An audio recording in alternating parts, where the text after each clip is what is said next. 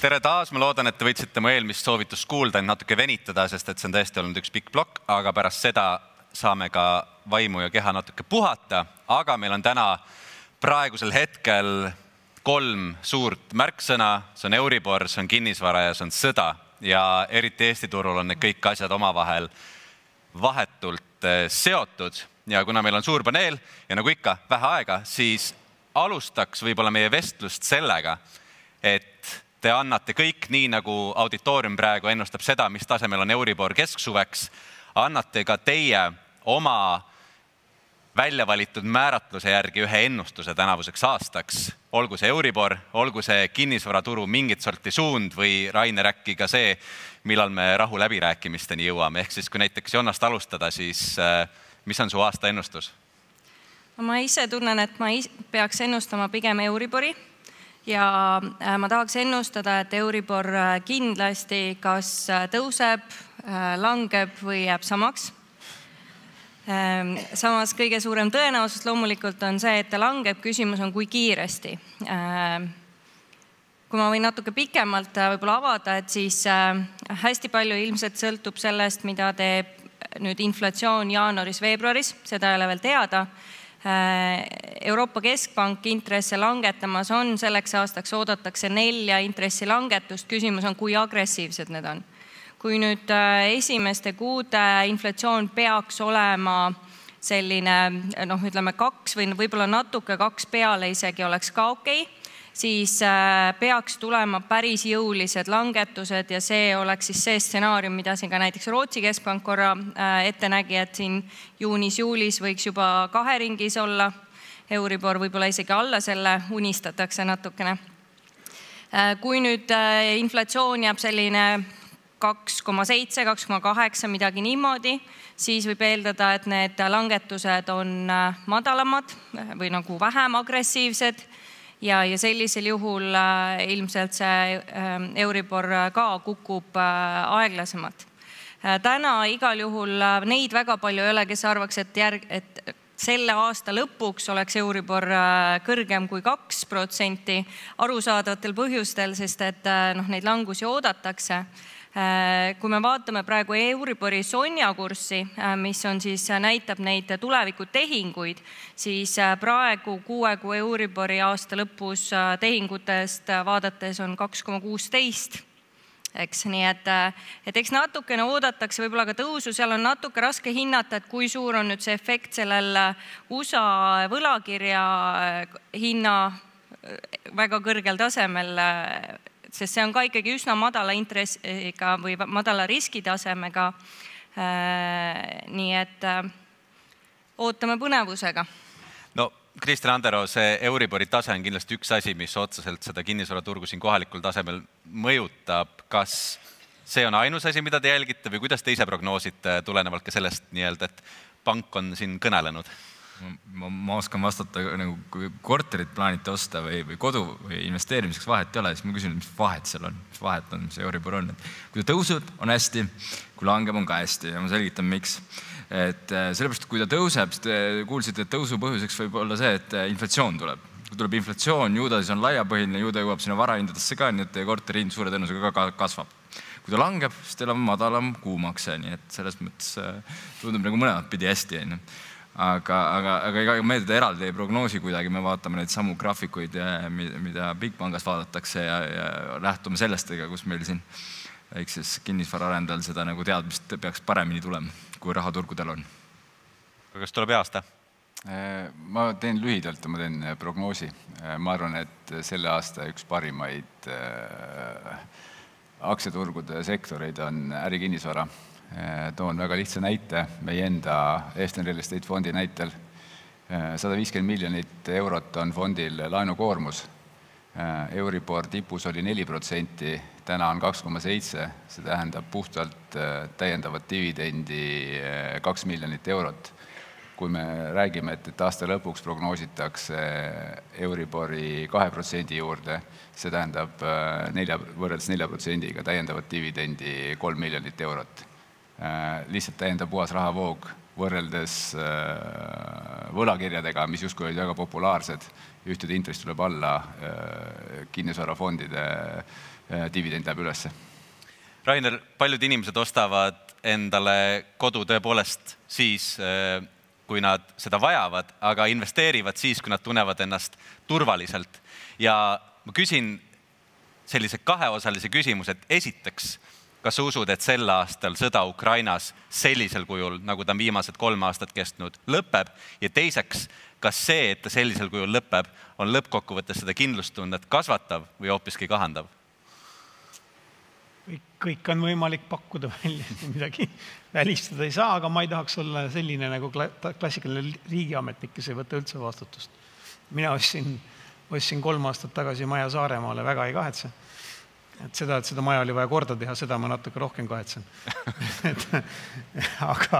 aga maja mul vaja ei olnud. Selles mõttes, et oleks võinud ju ka minna osta siis juba kuskile Tenerifele või nagu siin mõned teevad. Ei. Et ma Eesti julgeoleku pärast ei muretse, sama arendusega esimene sõnum, et ärge, kui keegi teile tuleb midagi sellist väitma, siis öelge, et olete rumalad. Et ei ole siin mingit riski Eestisse investeerimisel praegusel ajal. Olukord on natuke halvem maailmas ja selles mõttes psühholoogiline mõju on olemas, üldine ebakindlus ja nii edasi. Aga keegi ei räägi maailma majanduse langusest praegu. Maailma majandus jätkuvalt kasvab. Et selles mõttes see ikkagi näitab, et see kriis Euroopas on võib-olla natukene suurem ja meile mõjub ta rohkem kui võib-olla maailmas tervikuna. Ja sõda Ukrainas kindlasti ei mõjuta hästi Euroopat. Ja me räägi isegi ainult majandusest, ta mõjutab halvasti poliitikat. Seda me näeme, et tulevad esile nagu sellised poliitikad ja poliitikud, kes ei tohiks tulla tavalisel, normaalsel ajal, kui inimeste vaimne tervis on korras, ei tohiks nagu nii kergesti esile tõusta. See on tegelikult nagu sellise ekstreemse olukorra ebameeldiv nagu mõju. Ja eks Euroopas on tehtud pikka aega ka mitte kõige paremaid otsuseid. Aga kui ma nüüd kiiresti hüppan sinna päris Ukrainasse, siis ma ütleks niimoodi, et Venemaal on 2 aastat läinud väga halvasti ja see aasta läheb veel palju halvemini. Ukrainal ei ole valikuid. Ärme ürita välja arvestada, kuidas Ukraina selles sõjas vastu peab. Neil pole valikut. Nemad võitlevad ellujäämise eest, need on rahvas, kes võitleb, nad võitlevad edasi. Ja neil ei ole võimalik peale suruda mingisugust sellist halba rahu. Ja see on nagu selle asja üks pool. Sellegi vaatamata on nüüd jõudmas kätte see hetk, kus ressursid nagu selliseks mastaapseks sõjapidamiseks jäävad kogu aeg vähemaks. Me võime öelda, et Ukraina armee tugevneb kogu aeg ja ta on tõepoolest kogu aeg tugevnenud ja Vene armee nõrgeneb kogu aeg ja ta on kogu aeg nõrgenenud. Aga sellegi poolest on Ukraina jaoks selle sõja jätkamine väga sensitiivne ja tundlik teema just nagu selle inimressursi kao tõttu ja ka selle tõttu, et hävib väga palju tsiviilstruktuuri. Infrastruktuuri ma pean silmas, vabandust. Ja Venemaa puhul lihtsalt seda ressurssi, millega seda sõda pidada, jääb kogu aeg vähemaks. Nii et siin on tegelikult olemas nüüd see koht, kui osatakse protsessi juhtida, siis võib tekkida sõja tegemises paus ja võivad tulla läbirääkimised. Aga ma ei saa öelda, et see ei ole lineaarne protsess, mida on võimalik ennustada lihtsalt Exceli tabeli põhjal. Sest neid otsustajaid, kelle otsusest see kõik sõltub, on liiga palju. See sõltub sellest, mida otsustatakse Kiievis, see sõltub seda, millest otsustab Moskvas, sõltub sellest, mida otsustatakse Washingtonis ja sõltub sellest, mida otsustatakse Euroopa riikide pealinnades. Ja neid on natukene liiga palju, et see modifitseerida mingiks selliseks protsessiks. Aga pausi sõjategevuses, selle aasta jooksul on praegu suhteliselt ohutu hinnata. Praegu on jaanuari keskpaik, nii et seda võiks arvata, et jah, niimoodi aasta keskpaigas. Okei, ma toon nagu sellise näite. President Trumpil on võimalik pakkuda Venemaa presidendile niisugust suhteliselt kena diili, aga on võimalus avaldada survet. On võimalik teha seda mingis järjekorras, pakkuda kõigepealt kena diili ja siis avaldada survet. Kui Ukraina saaks endale teatud liiki relvastust ja suhteliselt kiiresti, see motiveeriks Venemaad palju kiiremini seda lõpetama. Nii et selle tõttu, kui siin aasta keskpaigaks võiks Ukrainal olla juba rohkem hävituslennukeid, paremad raketid, siis oleks Venemaal motivatsioon vaherahu sõlmida palju suurem kui praegu. Ma haaran Rainerile sõnasabast ja küsin paneelilt selle nurga alt, et sõda ja see keeruline aeg teeb ka meie poliitikaga tõesti seda, et me võib-olla alati ei keskendu õigetele asjadele, me muutume võib-olla veidi emotsionaalsemaks ja nagu sotsioloogid ütleksid, me ka kipume kõiki asju ühiskonnas lõpuks nii-öelda julgeolekustama, ehk siis tegelikult kõigest saab julgeoleku küsimus ja me ei suuda sellesama majanduskeskkonnagagi piisavalt ratsionaalselt tegutseda. Et kui te vaatate praegu nagu sellist poliitilist riski oma sektorile, kuidas te seda pilti näete, võib-olla hakkamegi siit otsa pihta? Jaa, see on just nagu hea küsimus. Kinnisvarasektoris on ju nüüd hästi levinud või üldse nagu investeeringute suhtes on levinud arvamus, et välisinvestorid lahkuvad Eestist ja Baltikumist, sest kardavad sõjariski. Välisinvestorid lahkuvad, see on nagu tõsi. Kinnisvarasektoris, kus EFTEN tegutseb, need investorid, kes on lahkunud, nende esimene põhjus ei ole olnud see, et me oleme justkui nagu piiririik ja siin on sõjarisk. Et vaatame nagu paari suurimat näidet eelmisest aastast. EFTEN koos paari investoriga ostis Cityconilt ära Kristiine keskuse. Kristiine keskus oli Cityconi bilansis 141 miljoni euroga, saime kokkuleppele alla 130 miljoni, 123 miljoni euroga ostutehingu. Põhjus, miks Citycon lahkus, oli tegelikult probleemid nende põhiäris, nende põhiturgudel. Cityconi aktsia viimase 2 aastaga on 50% kukkunud. Ta ei ole nii madalal tasemel alates 2000. aastate börsil noteerimisest kunagi kaubelnud. Aga mis veel olulisem on see, et kui Eestis on nagu ja Baltikumis on nagu tavapärane see, et kui ärikinnisvara ostetakse, siis ostetakse see kinnisvara ja sinna võetakse ka siis laen peale. Siis Citycon rahastab kõiki oma investeeringuid emaettevõtte tasandil võlakirjadega. Et kõik need üksikud kinnistud on nagu laenuvabad, aga emaettevõtte tasandil on siis välja antud suur hulk võlakirju. Nende jaoks on hästi oluline investeerimisreitingu säilitamine, ehk see BBB- vähemalt. Eelmine aasta Standard & Poor's pani nende BBB- reitingule negatiivse väljavaate ja ütles, et ainus võimalus vältida seda, et see kukuks sinna sellesse rämps kategooriasse, on see, kui suudetakse laenukoormust vähendada. Kuidas sa saad laenukoormust vähendada? Müüd varasid ja maksad tagasi laene. Ehk Cityconi põhimotivatsioon Kristiine keskuse müümisel, samamoodi muideks nad müüsid Taani söökeskuse, müüsid Norra söökeskuse, oli see, et kuidas saada oma võlakoormust vähendada. Nüüd jah, võib-olla tõesti investoritele täiendavalt öelda, et kuulge, et saime ka sealt piiritsoonist natuke nagu raha tagasi, see võib-olla on nagu täiendav nagu turunduslikult hästi kõlav asi, aga see kindlasti ei olnud nagu põhiargument. Teine näide, just eelmine nädal, või oli see nädal, eks ole, oli uudis, kuidas rootslaste suur söödra müüb suured, või tahab müüa suured metsakinnistud Lätis ja natuke vähem Eestis. Ma ei ole küll suur metsaekspert, aga kui te vaatate sarnaste ettevõtete nagu Söödra enda aktsia ei kauple, kui te vaatate sarnaste ettevõtete nagu Söödra aktsiahindu, näiteks Stora Ensot, viimase paari aastaga samamoodi 50% tipust kukkunud. Ehk tegelikult selle põhiäri toetamiseks likvideeritakse lihtsalt mitte põhitegevusala ärisid. Ja see, et see on sattunud kokku lihtsalt poliitilise olukorraga, seal ei pruugi nagu otsest seost üldse olla. Et hästi lihtne on öelda, et kui 2 asja ühel ajal toimuvad, et siis seal on põhjus tagajärg seos. Ei pruugi absoluutselt olla. Andra? Kui mõelda korterituru vaatest ja poliitilistele riskidele, siis korteriturg on väga tihedalt seotud kogu selle piirkonna üldise arenguga. Kui hästi seal piirkonnas läheb, kui edukas ta on, kuidas seal palgad kasvavad ja kõik selline. Ja see on lihtne küsimus, kas nagu Eestisse usud või mitte. Kas Eesti rahvas, Eesti inimestes usud. Siin vaatab ringi, võiks usuda küll. Väga palju ettevõtlikke inimesi, väga ambitsioonikad, tahavad oma vara kasvatada, investeerida. Et selline igaühe isiklik püüdlus on see, mis meid kõik edasi, eks ole, aitab. Ja siis, kui on kuskil neid inimesi, kes ei usu, siis erinevate põhjuste tõttu on siis poliitilised riskid, sõjariskid ja nii edasi, siis kui nagu varem puhvetlikult mõelda, siis see on ju kõige parem aeg, kus oma osalust suurendada, oma investeeringuid suurendada ja see aeg võib-olla, kui kõik teised siis ka näevad seda, mida sina näed, siis võib-olla natuke jällegi vähendada, et see on üks mitte.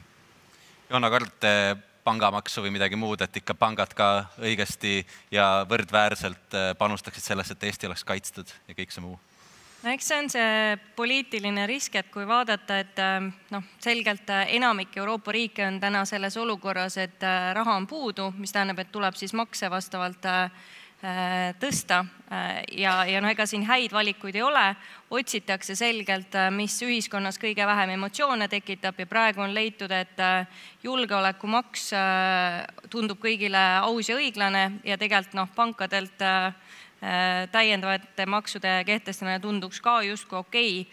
Täna tegelikult pangad ju maksavad põhimõtteliselt ainsa sektorina ka avansilist tulumaksu 18% nüüd sellest aastast, eks, et mingis mõttes eks see pangamaks ju teatud osas on tehtud, eks, ja päris sellist asja, et me nüüd kapitalismi ära kaotame ja ütlemegi, et vaatame siin sektoreid, kus mingil aastal kasum tõuseb, et ja sealt teha siis neid kasumi äravõtmist, et seda nagu vist väga ei ole hea mõte teha. Teisest küljest, mis on positiivne, on see, et kuna kõik Eesti pangad üldiselt tegelevadki Eesti inimeste peamised kliendid on ju Eesti inimesed, Eesti ettevõtted, eks. Et siis siin mingeid selliseid suuri probleeme ei ole. Eesti inimesed endiselt Eestisse usuvad, ka kodulaene võetakse täiesti kenasti, et on näha küll, et see sõjateema korra mõeldakse läbi, et aga mis siis saab, kui, eks ju. Aga eks see ongi kahte pidi, et ühest küljest sa nagu mõtled, et hea küll, et tõesti on mingi risk, et kui ma nüüd olen siin ja mul on see kodu ja mul on kodulaen, et mis siis saab lõpuks ja kui tõesti tankid sõidavad üle piiri, et appi äkki siis. Aga teisest küljest ega ei saa ju ka nagu elu elamata jätta, eks. Et mis siis, kui ei tule tanke? Ja nüüd ma ei osta mitte midagi ja ma igaks juhuks ei investeeri ka mitte midagi ja siis 30 aasta pärast ma mõtlen, et okei, et tankid jäidki tulema. Et ma küll jah, et ma nüüd ilma küll ei jäänud millestki, eks ju, aga et tanke ei tulnud ja mul endiselt ei ole seda vara, mida siis nagu oma perele edasi pärandada, eks. Et see on arusaadav, see nagu murekoht võib-olla just sellepärast, et eestlased on ju läbi ajaloo mitmel korral sisuliselt oma varadest ilma jäänud ja eks see paneb natukene nagu mõtlema, et meil ei ole seda head keskklassi, kus olekski, et sul on nagu põlvkondade jooksul kogutud need varad ja siis neid sealt pealt tekib see tugev keskklass, et meil on see ongi väga lühike olnud see varade kogumise aeg ja ikka tahaks nagu mõelda, et kuidas saaks. Aga ma ütlengi, et elu ei saa elamata jätta ja on näha, et neid hetki, kus klient jätab tehingu tegemata selle hirmu pärast, 1-2, et väga-väga vähe, et pigem ikkagi mõeldakse, aga inimesed elavad oma elu ja olgem kausad, kui Isamaad rünnatakse, siis võib-olla see 100 000 euro kuhugi tõstmine ei ole see asi, mis peaks olema esimene mõte. Jah, mul on koridoris olnud päris mitu vestlust selle peale, et mis siis, kui mu pensionisammas kukub nulli, eks ole, aga et kui see kukub nulli, et siis tõenäoliselt on palju suuremaid probleeme suures maailmas juba võrreldes sellega, et mu pensionisammas nullis on, eks ole, et see eeldab sisuliselt seda, et meil ongi siuke konservide ja tuumatalve situatsioon, aga ma lõpetuseks küsiksin Rainer selle nurga alt, et kuna me ikkagi mõtleme siin, kuhu raha paigutada ja kuidas väljavaated on, et kas keegi Ukrainas praegu ootab meid ka sinna seda riiki üles ehitama? No sõnades kindlasti, aga Ukraina puhul on 2 väga suurt probleemi, mis peab Ukraina ise lahendama. See on see, et Ukraina ei ole kõige kergem ärikeskkond. Ma ei räägi siin sellest sõjast, vaid siin neid eestlasi, kes seal küll ise ka erinevat moodi tegutsedes, olgem ausad, ega kõik ei ole läinud sinna niimoodi päris ausalt äri ajama alati. Aga see on väga halvasti toimiv õiguskeskkond olnud, väga halb ärikeskkond. See on tohutud võimalused. See on üks asi. Teine asi on see, et see on sama otsustamise protsess, nagu Eestis on ka Ukraina sees, et Ukraina infrastruktuur on üles ehitatud niisuguse vana nõukogudeaegse standardi järgi. Me siin Eestis nagu oleme 30 aastat üritanud sellest välja minna, pole veel kõigest suutnud, eks. Et Ukrainas tegelikult on see suur võimalus just, kui nad suudavad teha selle otsuse, et korruptsioon õigussüsteemis lõpeb ja tuleb aus kohtupidamine, mis kaitseb omandit ja samal ajal suudavad absorbeerida need potentsiaalselt väga suured rahad, mida neile pakutakse ja ehitada uus infrastruktuur, taristu. Seal on võimalik vahele jätta tohutult palju etappe, nii nagu meil tuli kunagi pangandus niimoodi, et jäi mitu etappi vahele. See eeldab väga tugevat juhtimist ja tahet poliitiliselt. Kui see on võimas tulevik, kui seda ei ole, siis on erinevad niisugused natuke nutusemad stsenaariumid. Ma julgen võtta meie vestluse kokku sellega, et on võib-olla ülim ülbus arvata, et meie elame ajastul, kui kõik lõpuks otsa saab, tõenäoliselt ei saa, elu läheb edasi ja keerulisel ajal tuleb võimalustel ikkagi sarvist haarata ja küll me hakkama saame. Luban endale sellise kokkuvõtte. Aitäh!